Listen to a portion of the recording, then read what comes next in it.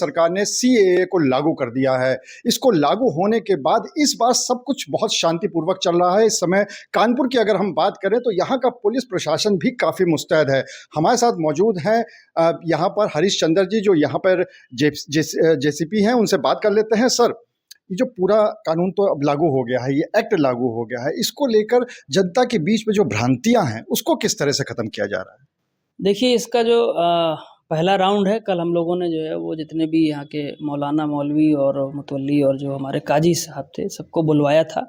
सभी police officers भी उसमें थे और उनसे बहुत डिटेल में बात हुई है। उनको जो है एक्ट के बारे में भी बताया गया और उनसे भी अनुरोध किया गया कि अगर उनके मन में कोई भ्रांति हो या उनके जो है वो फॉलोअर्स के मन में कोई भ्रांति हो तो उसको ज़रूर आप नोट डाउन करें, ताकि उसको 1 to 1 जो है रिप्लाई किया जा सके। इसके अलावा जो है वो एक क्वेश्चनायर जो है वो प्रिपेयर किया गया है, वो भी लोगों को शेयर किया जा रहा है। इसमें बहुत स्पष्ट लिखा हुआ है कि जो सीएए है, सिटीजनशिप अमेंडमेंट एक्ट है, ये बेसिकली नागरिकता देने का जो है वो कानून है, लेने का नहीं है। बहुत स्पष्ट है ये। और जो हमारे विभिन्न अल्पसंख्यक वर्ग हैं, उन सबको जो है वो एक निश्चित पैरामीटर पे जो है ये सिटीजनशिप देगा। तो ये किसी की नागरिकता छीनता नहीं है। ये भ्रांतियाँ अगर कोई फैलाता है कि नागरिकता छीनने वाला है तो ये गलत है। और इसमें भी कल उनको आगाह किया गया कि अगर कोई किसी तरह का अफवाह, फेक न्यूज़ सर्कुलेट करेगा तो उसके विरुद्ध कठोरतम कार्रवाई भी की जाएगी।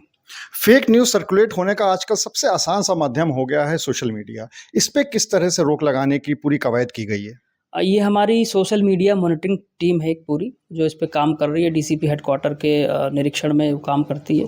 और हमारे पास काफ़ी लोगों के ऐसे डिटेल्स हैं, ऐसे नंबर्स हैं, ऐसे अकाउंट्स हैं जो रेगुलरली हम जिसको वॉच करते हैं। पूर्व के भी जो लोग रहे हैं जो कि इस तरह की शिकायतों में आए हैं, उनके भी अकाउंट्स को वॉच किया जाता है। साथ ही साथ हमारा इंटेलिजेंस नेटवर्क है, वो भी काम कर रहा है, वो भी हमें इनपुट देता है, तो उसके आधार पे हम लोग काम करते हैं। टीवी9 के दर्शकों को आप क्या बताना चाहेंगे इस सीएए के बारे में, कि ताकि उनके मन में अगर कुछ भ्रांतियां हों भी तो वो फिर खत्म हो सकें? बस मैं यही कहना चाहूँगा कि पहली बात तो आप जो है वो इस एक्ट को पढ़ें, अपने इंटरनेट पे जाकर के देखें। इस एक्ट को पढ़ेंगे तो आपको जो है 90% चीज़ें वैसे ही क्लियर हो जाएंगी। और बहुत स्पष्ट है कि ये कानून जो है नागरिकता देने का कानून है, लेने का नहीं है।